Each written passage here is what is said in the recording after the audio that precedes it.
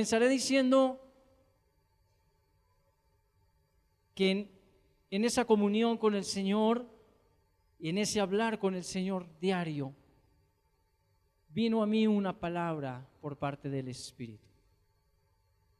Y esa palabra llegó en un sitio en el cual yo tenía un numerito, estaba esperando un turno para que me atendieran. Y estaba recostado sobre una de las columnas de aquel lugar y empecé a observar, el Espíritu me empezó a mostrar y empecé a observar a todos y cada una de las personas que se movían en ese lugar. A la vigilante, al administrador de aquel lugar, a las personas que atendían en las ventanillas, a las personas que así como ustedes sentados esperando a que en la pantalla saliera el número de su turno para ser atendido. Y empecé a mirar allí y el Espíritu me traía esto. Hoy se habla mucho de estadísticas, entonces me traía el Espíritu. Según la estadística de las personas que hay aquí, si tú le hicieras una encuesta y les preguntaras tu nombre, tu edad, tu estado civil, tu situación económica, familiar, personal, te contestaran cada una de esas preguntas y la última pregunta que hicieras es: ¿y quién eres tú? ¿Qué te contestaría? Ay, Señor, no sé. Quizá uno me diría, bueno, después de saber mi edad, mi nombre y todo lo demás, pues lo único que podría decirle es que yo soy abogado. Otro me dirá, yo soy médico. Otro me dirá, yo soy conductor. Otro me dirá, yo soy piloto de avión, baterista, guitarrista. Pero ninguno de pronto te diría, yo soy templo de Dios. Y esa es la palabra que el Señor nos trae al día de hoy. Está en la primera carta a Corintios, capítulo 3, verso 16. Quiero que me acompañes allí. Quiero que pongas tus ojos sobre Jesús, porque Jesús es la palabra. Quiero que pongas tus ojos en Él en esta mañana.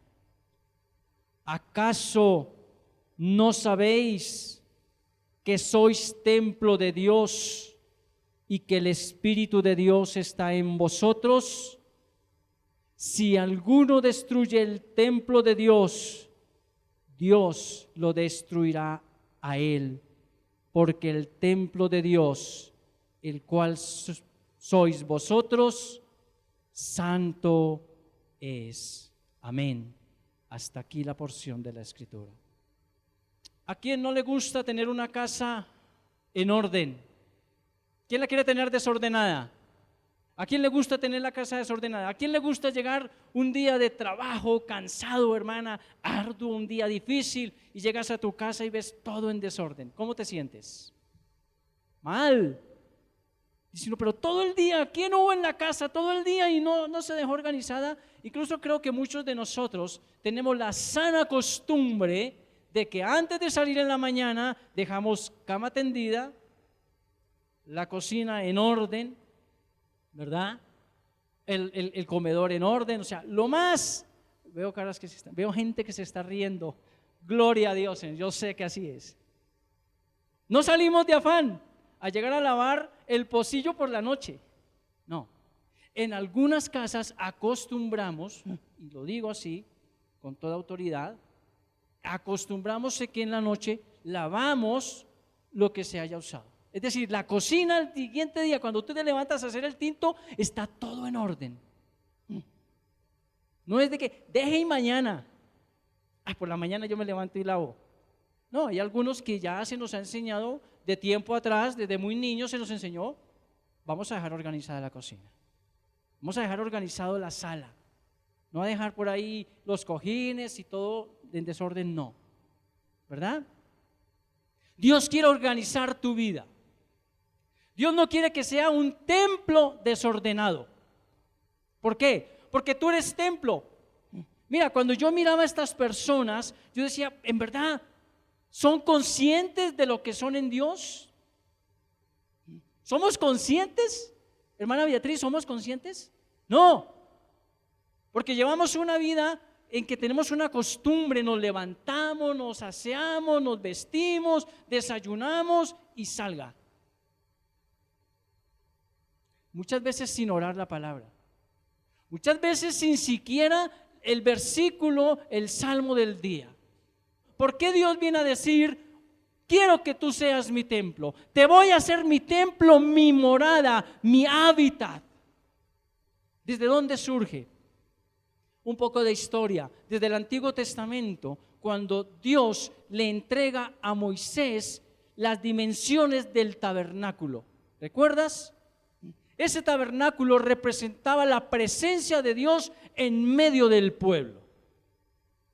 Y tenía unas dimensiones, unas medidas exactas, tenía unas decoraciones internas, un muebliario perfecto, diseñado por Dios.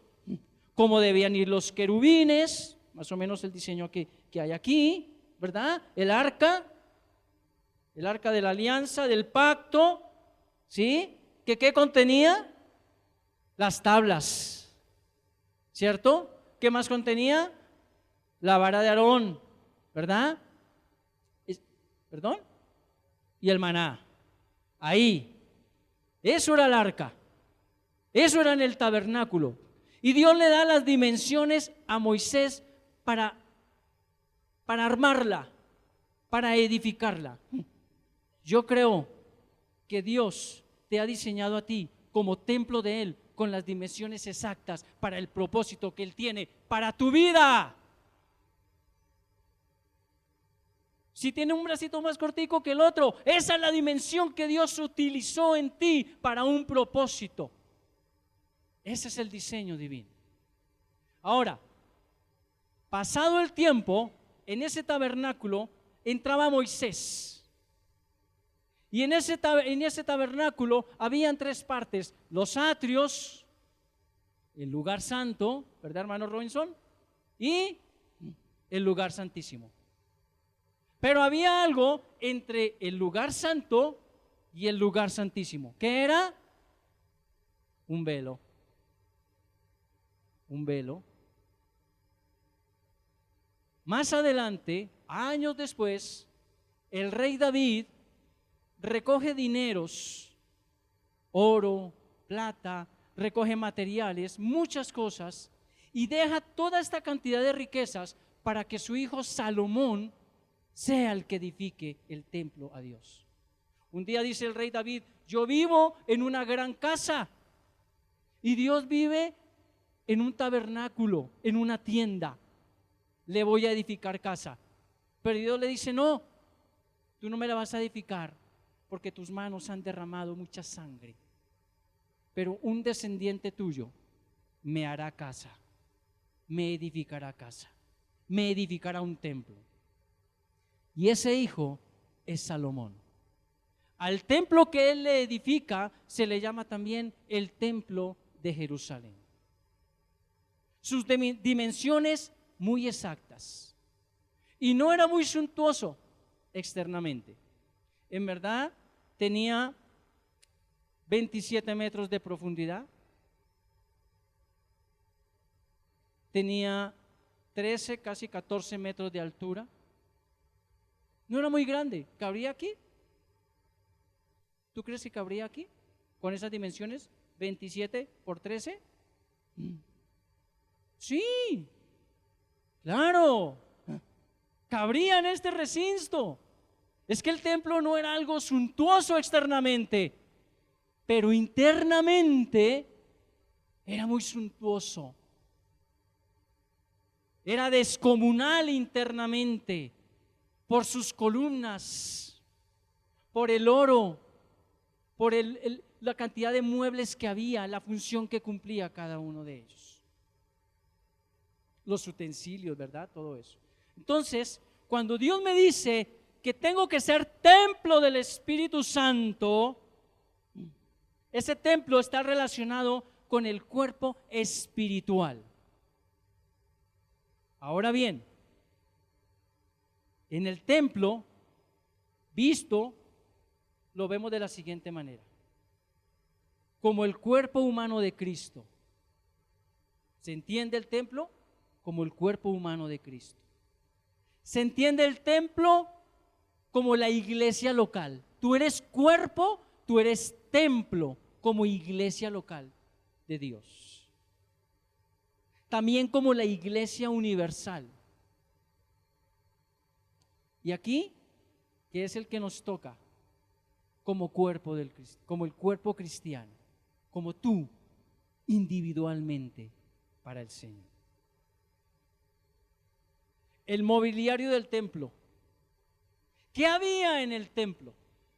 Fue la pregunta: Señor, si tú dices que yo soy templo del Espíritu Santo, ¿qué había en el templo?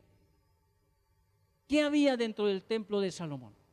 Entonces, la primera parte era un corredor, una cámara pequeña. Luego venía el lugar santo, ¿sí? El velo. ¿Sabes cuáles eran las dimensiones del velo? Perfectas. 18 metros de altura, 4.6 de lado a lado y un grosor de aproximadamente 10 centímetros. Para enrollarlo se necesitaba cerca de 50 hombres para ese velo. ¿Vas entendiendo lo que significa ser templo de Dios? ¿Cuál era la función del velo? Impedía el paso directo del lugar santo al lugar santísimo. Representaba la separación entre lo celestial Dios y el hombre por el pecado cometido. ¿Y qué había en el templo? El arca de la alianza, las tablas, la palabra de Dios. Cuando tú vengas a una cita bíblica, escudriñala, investígala, averigua qué dice, qué hay detrás de esas palabras. Así se es templo del Señor. Entonces, estaba el arca del pacto en el templo. Entonces, no solamente el Señor me da esa cita, sino que empieza el Espíritu a llevarme, averigua qué había. Y quizá de memoria yo lo sabía, pero era importante profundizar. Estaba el arca del pacto, era de madera de acacia y cubierta de oro. La palabra de Dios es oro en tu vida. Aún no hay palabra dentro de ti. Y no porque esté 10 años en esta comunidad, sino porque han sido 10 años en que has estado aquí para recibir una palabra de Dios y no te ha quedado nada, no ha cambiado nada en tu vida. La palabra no ha sido oro en tu vida. Seguimos, me incluyo, seguimos siendo mediocres espirituales. Nos ufanamos de lo que tenemos, de lo que poseemos, de lo que vamos a hacer. Nuestro hablar diario es totalmente distinto a la palabra de Dios. Hoy se habla de la economía del país. Estamos en tiempos cercanos a tiempos de elecciones, de alcaldes, de gobernadores. Entonces se habla de eso. Se habla de fútbol. Se habla de que la guerrilla, de que si fulano se sentó en el Congreso, en el Senado, y que los otros lo criticaron, de que está perdido. Pero no se habla de la palabra de Dios. No se vive como templo de Dios. Tú eres templo del Espíritu. A donde tú vayas, debes demostrar por tu vida, por tu testimonio, que eres templo del Altísimo. Debes saber capítulos completos de la Biblia. De cada uno. De Romanos, debes saberte como mínimo el capítulo 8. De Hebreos, como mínimo el capítulo 11. porque tú eres templo. En el momento en que tú seas templo y lo sientas y te sientas templo, lo vas a hacer. Lo vas a hacer. ¿Por qué?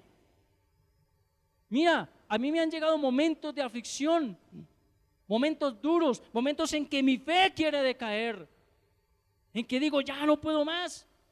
Mi esposa me lo decía hace como unos 3 o 4 meses. ¿Qué le pasa, Osvaldo? Lo veo decaído. Le dije, no es físicamente, mi problema es espiritual. No tengo ganas de leer la palabra. Sé que la tengo, pero no quiero leerla. No tengo ganas, no tengo deseos. Y entonces el Espíritu Santo que mora preciosamente me lleva a Hebreos 11.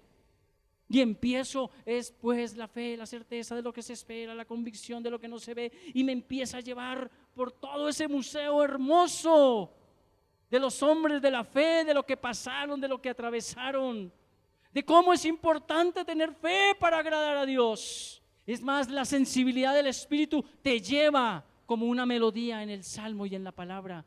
Hay partes de los salmos que son fuertes y te sacuden, pero hay otras que son suaves y te tranquilizan y te abrazan. Por eso es importante tener palabra. Por eso en el templo estaba la tabla, la ley, la palabra de Dios. ¿Qué más había allí? Querubines. El arca del pacto estaba en el lugar santísimo. Era de madera de acacia y estaba recubierto de oro. Amén. Los querubines estaban en el lugar santísimo. Ellos fueron hechos de madera de olivo y también estaban recubiertos de oro. ¿Qué representan los querubines en el templo? ¿Qué representaban ellos en el templo y qué debe representar en tu vida como templo de Dios hoy? La santidad. La santidad que se ha perdido. Todos lo sabemos. Debemos amar al hombre, mas no al pecado. ¿Verdad? Y se abrió la puerta a los hombres que aman a otros hombres, a las mujeres que aman a otras mujeres, el tercer género que llaman hoy. Entonces, para la sociedad ya no es solamente el hombre y la mujer, sino hay un tercer género. Se visten de una manera que ni siquiera las mujeres se visten de esa manera. Hacen actos indebidos en momentos que no son, en lugares que no son, pero si tú lo señalas, te cae todo el peso de la ley a ti. Así tú les estés diciendo que a los ojos de Dios eso no está bien, te cae el peso de la ley. Ellos te pueden ofender, ellos te pueden decir, ellos te pueden incriminar, se pueden meter a tus lugares y tú no les puedes decir absolutamente nada, porque ese es el espíritu que se está moviendo ahora en las regiones celestes. Ese es el espíritu que se está moviendo en el mundo. Se perdió la santidad. Ellos perdieron la santidad. Han maltratado el cuerpo. El cuerpo no es tuyo. El cuerpo no te pertenece. El cuerpo es del que te creó, del que te diseñó, del que tiene un propósito, del que te abre el camino, como decía la alabanza, el que te muestra las cosas verdaderas. Tu cuerpo no te pertenece. El cuerpo es de Dios. Por eso cuando hay egoísmo entre hermanos, cuando hay pleitos entre hermanos en una comunidad, Dios, el Espíritu, no puede manifestarse, no puede glorificarse. Quizá pueda haber sanidad, puede haber liberación, que se quiten las vendas de los ojos, pero cuando los hermanos tenemos envidia, celo por los ministerios, sucede mucho. ¿Qué pasa? El espíritu empieza a ser destruido. El templo empieza a resquebrajarse. levanta las palabras que están en la Biblia y mira debajo el Espíritu que te está diciendo. ¿Cuál es la intención del Espíritu? Que dejes de ser una casa profana, un templo profano, un templo de dioses que no son, para que seas templo de adoración y de exaltación del Dios verdadero. Los querubines estaban en el lugar santísimo, representaban la presencia y la santidad de Dios. Aquí debe haber presencia de Dios, en ti debe haber presencia de Dios, debe estar la santidad de Dios. El velo era el recordatorio constante de que el pecado mantiene a la humanidad apartada de Dios. Cuando Dios dice que tú eres templo del Espíritu Santo, dice la Escritura que cuando murió Jesús el velo se rasgó. No dice que el velo fue quitado, ¿o sí? ¿Cierto que no, hermano? Dice que el velo se rasgó, pero no que fue quitado. No es que lo envolvieron y se rasgó. Ya te dije las dimensiones. Un historiador judío, Flavio Josefo, en el siglo I, un historiador judío, dijo esto: si tuvieran el velo del templo y pusieran en cada esquina 4 caballos y cada uno jalara al mismo tiempo, ni siquiera ellos lo podrían rasgar. Y estaba entrelazado cada hilo de lino. Te voy a decir los colores. Ay, qué hermoso es el Señor cuando lo pone a uno a investigar. Me gozo. Me gozo. No es solamente que tú te pares a hablar una palabra. Me duele cuando hay predicadores que con la palabra juzgan a la gente y la señalan y la maltratan, pero no la edifican. Pero me gozo de aquellos hermanos predicadores que lo que queremos es aprender y transmitir para que tú tengas conocimiento y en tu conciencia quede lo importante y lo hermoso que es seguir a Dios. Entonces mira, el velo en ti representa a Cristo. Ese era el velo, el que se interponía entre el lugar santo y el lugar santísimo. Ese era el velo, recordando el pecado del hombre y separado de Dios. Pero ese velo, por los hilos con que estaba confeccionado, como estaba entretejido, era lo siguiente: el color azul, lo celestial, Cristo como Hijo de Dios. Eran los colores azul, púrpura, rojo y blanco. De eso estaba confeccionado el velo. Entonces, el azul, lo celestial, Cristo como Hijo de Dios. El color púrpura de ese velo, la realeza de Cristo. ¿Vas entendiendo la importancia de que tú captes el mensaje del Espíritu hoy? De ser templo, de que tú no eres cualquier casa profana. La realeza de Cristo, el color púrpura, y el color rojo, la sangre de Cristo. ¿Ya había venido Jesús en aquel tiempo? No. Pero Dios diseñó el tabernáculo y de la misma manera se armó el templo.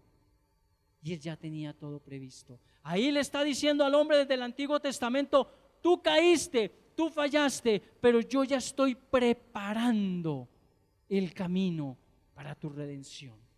En ti ya no está el velo como velo, pero está Cristo con su realeza, como Hijo de Dios, con su santidad.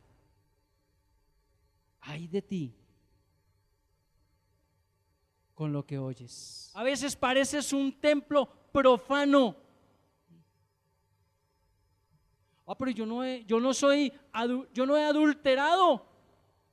Yo no he engañado a mi esposa con otra mujer, físicamente no he cogido otra mujer, no me he acostado con otra mujer, no he tenido relaciones con otra mujer. Pero en tu pensamiento has pecado, mancillaste. Señor, entonces perdóname, lo hice inconscientemente. Pero además de eso, yo creo que no he hecho nada más. Sí, has murmurado. Has murmurado. Has hablado mal de tu prójimo. Has mancillado mi casa. Has señalado. Has hecho negocios que no son. Tienes dioses allí dentro. Me cautivó y empecé a investigar también sobre Corintios, y creo que ustedes conocen la historia de Corinto. Corinto era un lugar religioso, mundano. Tenían muchos dioses. El dios de la fertilidad, el dios de la economía, los dioses que ustedes se puedan imaginar. Y los cultos que ellos rendían, según investigué, eran tan vergonzosos, que ni al día de hoy se practican. O sea, algo aberrante es la palabra. Aberrante, como ellos hacían sus cultos a sus dioses. Algo que no se puede ni nombrar. Pero así están los templos de hoy, estos, de la misma manera. La ira, las contiendas, las disensiones, herejías. Creyentes por montones, discípulos contaditos.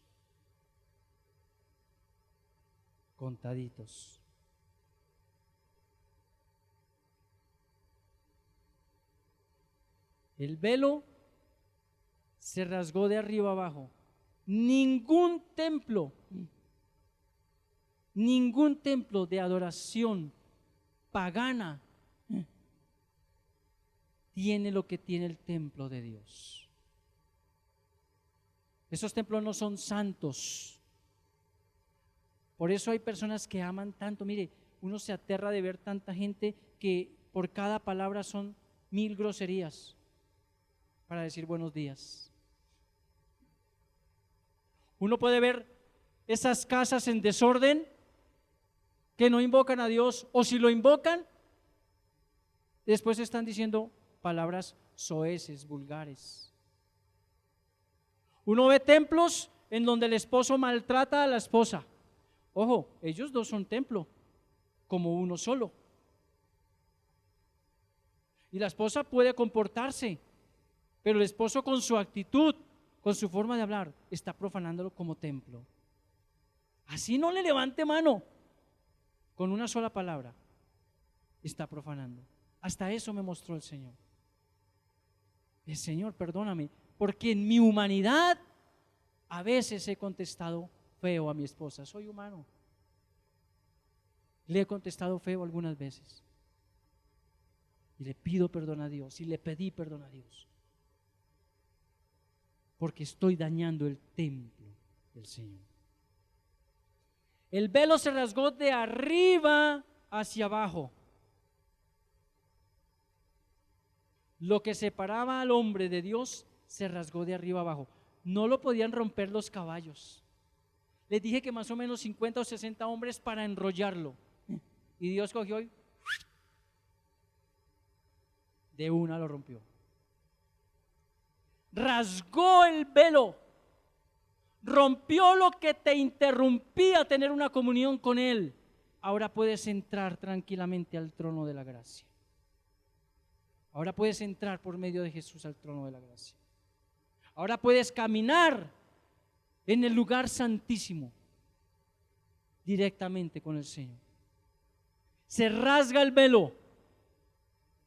Jesús fue lacerado por todo lado, por tu pecado, por mi pecado, por nuestro pecado, para redimirnos. Ahora, ¿qué más había en el templo? Puertas de madera revestidas de oro. Y esas puertas representan también a Cristo, son el único acceso al Padre. No es la ayuda externa de alguien que te lea las manos y te mire la línea de la vida, ni saque el naipe y se pongan a jugar burrito, no, sino que te lea las cartas. No es el hombre o la mujer esotérica, no es el horóscopo, es Dios mismo. Es Dios, es Jesús mismo, el único, es la única puerta de acceso al Padre. Vas entendiendo lo importante de ser el templo de Dios. ¿Qué luz hay dentro de ti? ¿Qué luz hay dentro de ti? El Señor Jesús fue muy claro por allá en el Evangelio de Mateo. Por allá en el Evangelio de Mateo Él dijo, la luz, dijo, tus ojos, lámpara del cuerpo es el ojo. Así que si tu ojo es bueno, todo tu cuerpo, todo tu templo estará lleno de luz. Pero si tu ojo es maligno, todo tu cuerpo, todo tu templo estará en tinieblas. Así que si la luz que hay en ti es tinieblas, ¿cuánto más no serán las tinieblas?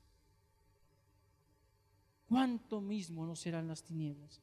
¿Te puedes imaginar? ¿Puedes interpretar esa porción? Yo digo que tengo luz. Yo, Osvaldo, dice, yo tengo luz. Pero esa luz es tinieblas. Por eso muchos se muestran externamente muy piadosos, muy misericordiosos, muy bellos, muy bellas por fuera.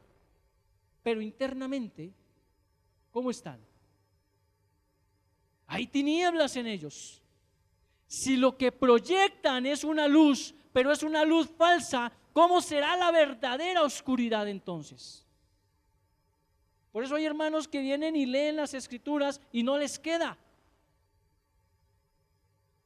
Porque ser templo implica despojarse. Me despojo de mi iniquidad, me despojo de mi rebeldía, me despojo de mi arrogancia, me despojo de mi lujuria, de mi vanidad, de mi egoísmo. Uy, el egoísmo. El yo. Hay una historia muy linda, infantil quizás. Había un pozo y empezó a secarse el pozo. Allí iban varios animales a beber de esa agua. El pozo empezó a secarse porque empezó a cambiar el tiempo y el sol empezó a secar el pozo, empezó a evaporarse el agua, además de que todos los animales que habían, pues al tomar allí empezó a agotarse, no había lluvia. Un día el sapito, dijo el sapito, yo veo que todos se están yendo. Y le preguntó a un ave migratoria, dijo, ¿por qué se están yendo? Dijo, bueno, si usted no lo ha observado, se está secando el pozo. Así que nosotros nos trasladamos a otros lugares. ¿Para qué? Para buscar agua, porque el agua es vida. Entonces, el sapito esa noche no durmió. Y oiga, todos se van. Los grandes con sus grandes pasos, las aves vuelan. Y yo pues a salticos, ¿cuándo voy a llegar? Entonces él meditó esa noche y dijo, ya sé, voy a buscarme una varita y cada ave va a coger en su pico, 2 aves, cada una en su pico va a coger la varita. Y yo con mi boca, con mi bocota, me agarro. Durante varios días ensayaron el vuelo, la partida y todo fue perfecto. Llegó el día del partir, del despegue. Cuando estaban en ese sobrevuelo, venía un agricultor y al ver, llegó y dijo, ¿de quién fue la idea? Y el sapo abrió la boca y dijo, ¡yo! Al piso. Moraleja, ¿de quién fue la idea? Mía. ¿Quién creó este negocio? Yo lo creé, yo lo levanté, yo fui el que di la palabra, yo fui el que hice. Ese hermano está bien porque yo le di la idea. Yo fui el que le presté el dinero para que él empezara. Yo fui el que saqué ese hogar a flote. Yo. ¿Quedó aprendida la lección? Eso me impide ser templo de Dios. La vanagloria, la arrogancia. Pero ser templo implica humildad, mansedumbre, estar dispuesto a aprender, sencillez de corazón, despojarte de todo. Habían también allí 2 columnas. Una se llamaba Jaquín y la otra Boaz. Jaquín era una columna que estaba, me voy a poner a la derecha, y Boaz a la izquierda. Columnas. Jaquín significa el que establece, y Boaz, en él hay fuerza. Qué precioso. Podría decirse, en Dios que me estableció, tengo mi fuerza. Y muchos quieren cambiar en sus fuerzas y vuelven atrás. Pero cuando tú eres templo y es el Señor el que te establece, en Él hallarás fuerzas para continuar. ¿Sabes fuerzas para qué? ¿Continuar en qué? Se necesita fuerza, se necesita estar establecido por Dios para doblar tus rodillas físicamente. No, yo arrodillo mi mente, no, físicamente. Se necesita fuerza, se necesita saber que estoy establecido por el Señor para doblar estas. Ustedes lo cantaron, la primera canción. ¿Cuál es el lugar más alto? A tus pies. ¿Y será que yo puedo estar a los pies del Señor así? Estoy a tus pies, haz de mí lo que tú quieras. Heme aquí, Señor. Y si no, pues dime qué hacemos. No, humillado, bajado totalmente, rendido delante de Él. El mismo Señor Jesús, siendo Dios, no escatimó y se despojó de su riqueza, de su realeza, de todo, para venir a usar unas sandalias, hermano, una túnica. ¿Sabes qué era lo espectacular de la túnica del Señor Jesús? Tú miras una camisa, tú miras un saco y tiene esta costura acá, ¿cierto?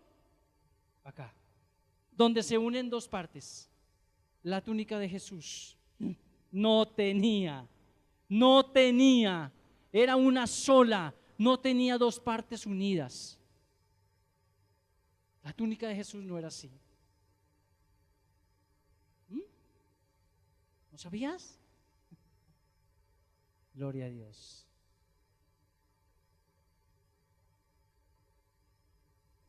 Él te establece, Él te da fuerzas porque Él es tu Dios. Algo que me surgió y me preguntaba bastante estudiando esta palabra era, ¿por qué Dios en el Antiguo Testamento habla tanto de la idolatría? Mira, Él dice, no mienta, no adultere, no codicie, pero Él habla mucho sobre la idolatría, porque estamos llenos de idolatría. Y no es que adoremos el carro, no es que adoremos la tarjeta de crédito, no es que adoremos una imagen de yeso, un yeso, no, es que adoras tus propios pensamientos, adoras tu hablar, adoras tu proceder, tu caminar, lo adoras. Al Salmo 143, en el verso 8 dice, hazme oír por la mañana tu misericordia, porque en ti he confiado. Hazme saber el camino por donde andé, porque hacia ti he elevado mi alma. Líbrame de mis enemigos, Jehová, en ti me refugio. Enséñame a hacer tu voluntad, porque tú eres mi Dios. Tu buen espíritu me guíe a tierra de rectitud. Tu buen espíritu. ¿En dónde mora el espíritu? En el templo. Tú eres templo. Ahí mora el Espíritu Santo. Ahora entiendes por qué el Señor nos acaba de llevar al Antiguo Testamento a ver lo que era el tabernáculo, lo que era el templo, y en referencia a ti, tú debes ser guiado por el Espíritu Santo. Tú debes ser instruido por el Espíritu Santo. Guíame, enséñame a hacer tu voluntad. Qué hermoso es esto. Alguien que lo pueda decir desde su espíritu. Alguien que pueda decir, Señor, enséñeme. Señor, yo no he hecho las cosas bien. Señor, yo me he encaminado por otras vainas. Yo me he encaminado en mis pensamientos, en mis deseos, en mi voluntad, en lo que yo creo, en lo que yo tengo delante de mí, pero no miro más allá.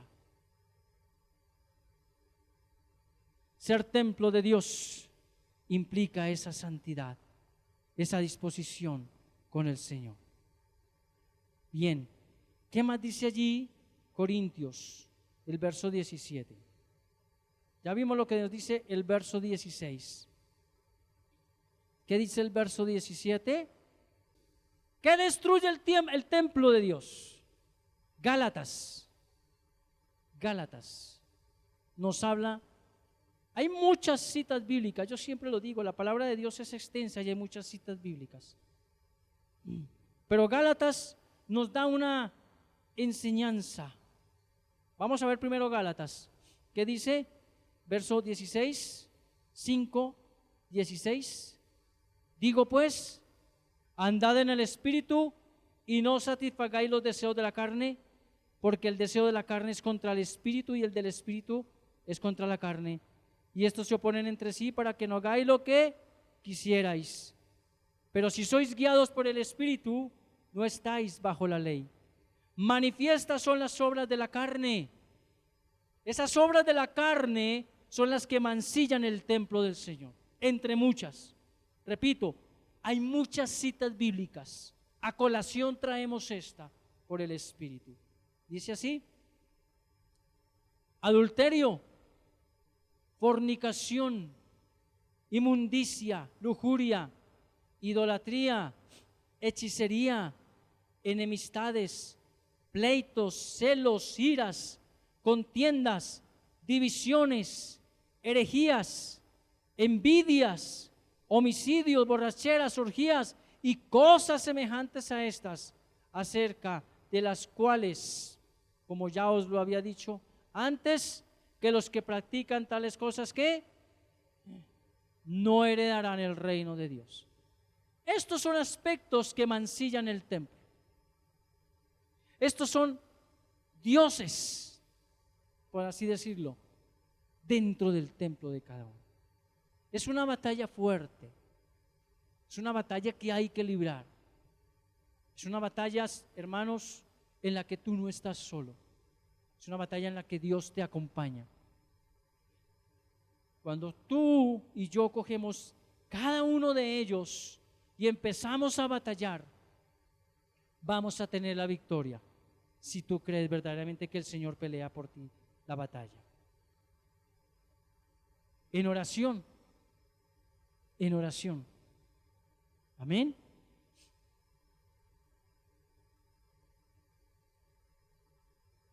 Romanos 1:24.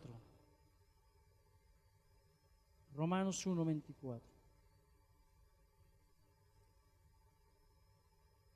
Y esto es con respecto a lo que decía hace un momento. Y vuelvo y repito, y que quede bien claro, no es que yo tenga nada contra ellos.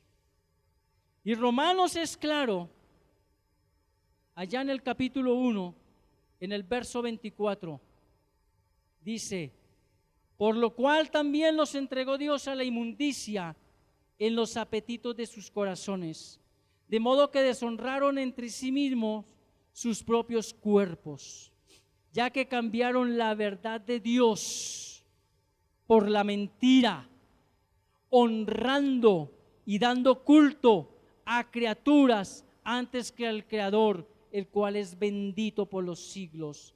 Amén. 26.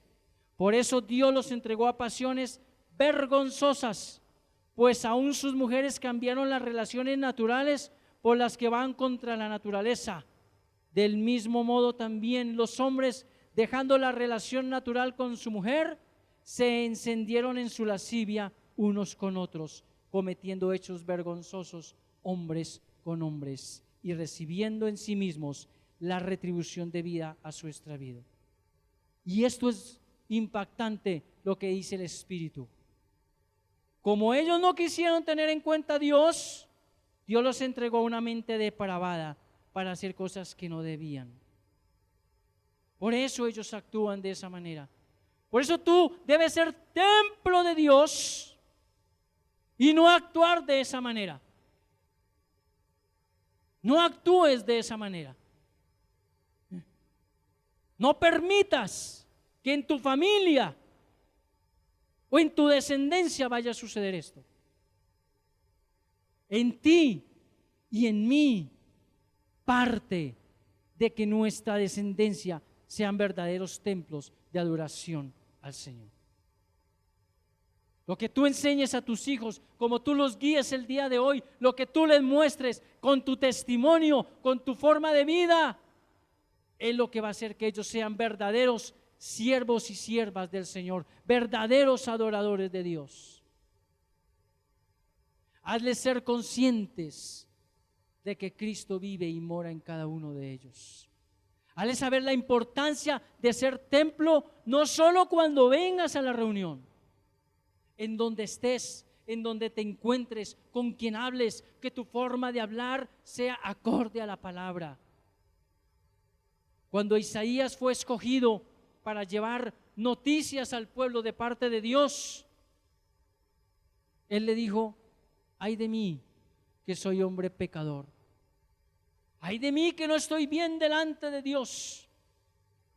Y dice la Escritura que el Señor envió un ángel con unas tenazas y traían un carbón encendido y lo puso en sus labios. Lo quemó los labios de Isaías y le dijo: ahora estás limpio, puedes llevar mi palabra. Si hay algo que le impide al creyente hablarle a otro de Dios, es el pecado mismo. ¿Tú te sabes palabra? Yo sé que sí. Yo sé que en ese templo de Dios hay salmos de alabanza. Sé que hay palabra en ti.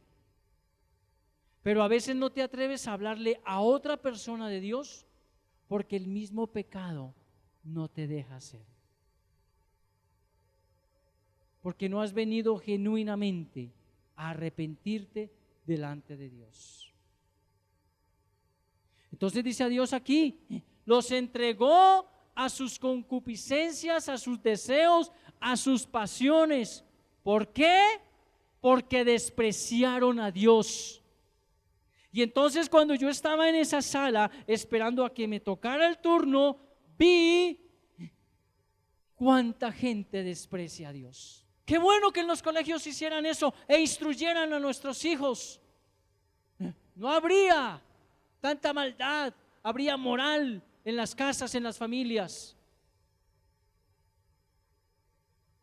Y si los colegios no lo dan, entonces tú y yo tenemos que hacerlo en la casa. Tenemos que levantar a nuestros hijos, no permitirles. Sí, el bebé se ve muy lindo, la bebé se ve hermosa subiéndose a la mesa. Pero no, mi amor, así no es. Aquí está tu silla.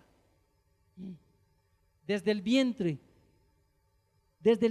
mismo, hay que enseñarle. Desde el vientre mismo hay que educarle. Desde el vientre mismo hay que instruirle. Hay que sembrarle la palabra. Como la mami se sienta emocionalmente, le transmite al bebé. Si espiritualmente estás bien, le vas a transmitir a ese ser precioso de bendición de Jehová, que le va a servir a Dios, que lo va a honrar, que lo va a enaltecer, que no se va a avergonzar de su Creador. Así mismo va a recibir él. Cuando lo alimentas, ya nació, lo alimentas, y mientras él se alimenta, tú vas hablando la palabra de Dios, él va recibiendo. Son cosas espirituales, mi hermano. No son cosas físicas. No son cosas que se puedan comprar, tocar. Es algo espiritual, pero de una contundencia poderosa, fuerte. El guerrero más grande, el guerrero más fuerte, el que está con el mejor escudo, es el que dobla sus rodillas y el que ora en la mañana, ora en la tarde, ora en la noche, ora en todo momento. Está ahí metido con el Señor, está metido con la palabra, se está ungiendo de ella. Es un tabernáculo, es un templo. Adquirirá respeto de los demás. Aún, dice la escritura por allá, aún sus enemigos estarán en paz con él. Ese cuento de que si tú te metes con la palabra de Dios, todo se te acaba y todo, y no, es que todo era mejor antes, es un cuento del mundo. Porque en verdad Dios sí hace algo, hermano. Te da un terremoto grande y te sacude y te destruye todo aquello que no te conviene. No tengas temor de meterte con la palabra, no tengas temor de ser templo de Dios. No te dé vergüenza, ni siquiera tienes que decir que eres cristiano, evangélico. No tienes que decirlo. Tu solo carácter demostrará la presencia de Dios en ti, la santidad de Dios en ti. Podrás caminar firme, con la frente en alto, pero siempre dispuesto, aún a abrazar a aquel menesteroso. ¿A cuánto Dios ha levantado de esa condición y los ha hecho siervos de Él? Ay de ti si no quieres ser templo de Dios. Ay de ti si no quieres ser un instrumento de Dios. Sea la profesión que hagas, la labor que hagas, en lo que tú te desempeñes, pero busca de Dios. Ríndete a Él. Permite ser un instrumento de Él. En todo momento, Dios nos está hablando. Y nos habla a través de la Escritura, nos habla a través de personas, pero Él usa algo muy lindo, y es tu espíritu, es tu conciencia. Allí te redarguye, allí te instruye. No sé quién sea, y eso es para cada uno. No sé quién en este momento tenga arrogancia, altivez, orgullo. No sé quién esté sintiendo envidia. Yo los miro y el Espíritu sabe qué es lo que hay en cada uno. Quiero que cierre sus ojos por un momento. Permita que la Ruach HaKodesh, el Espíritu Santo, ministra cada vida, Señor. Que podamos entregar nuestros pensamientos. Que podamos, Señor, entregar nuestros sentimientos. Hay vidas, hay corazones aquí maltratados. No han podido perdonar. No ha podido perdonar. Estás poniendo un velo, el velo que hace 2000 años fue rasgado por Dios. Muchos están poniendo ese velo pesado en sus vidas. Muchos lo están poniendo nuevamente, anulando así el propósito divino de Dios, de sanarte, de restaurarte, de levantarte, de reconciliar esa comunión. Muchos no han podido perdonar y se creen indignos de venir a la presencia de Dios. Se creen que no son dignos de venir por su pecado, por su desobediencia. Pero Dios te ama y Dios quiere quitarte esa carga.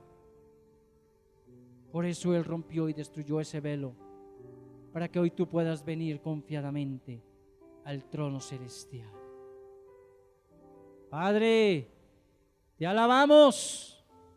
Padre, te bendecimos. Te glorificamos, porque tú eres bueno, porque tú eres santo, porque tú eres digno. Perdónanos, Señor, cuando lisonjeamos con nuestros labios y proclamamos cosas que no te agradan y que por el contrario dañan, destruyen, matan. Perdónanos, Señor, en esta hora. Te lo clamamos en el nombre de Cristo Jesús. Vamos a cantar ese Salmo 149. ¿Y dónde están los instrumentos? ¿Y dónde está el que dirige? ¿Y dónde está el sonido? No. Tú vas a abrir tu Biblia, te vas a poner de pie, vas a levantar tus manos y si quieres saltar mientras lo estás proclamando, vas a estar alabando a Dios con el Salmo 149. Cantad a Jehová, cántico nuevo, su alabanza sea en la congregación de los santos. Alégrese Israel en su Hacedor, los hijos de Dios se gocen en su Rey. Alaben su nombre con danza, con pandero y arpa, a él canten, porque Jehová tiene contentamiento en su pueblo. Hermoseará a los humildes con la salvación. Regocíjese en los santos por su gloria y canten aún sobre sus camas. Exalten a Dios con sus gargantas y espadas de 2 filos en sus manos. La palabra de Dios para ejecutar venganza entre las naciones y castigo entre los pueblos, para aprisionar a sus reyes con grillos y a sus nobles con cadena de hierro, para ejecutar en ellos juicio decretado. Gloria sea esto para todos sus santos. ¡Aleluya! Gloria a Dios. ¡Alabado sea! ¡Viva mi Cristo! Gloria a Él. Gloria a Dios.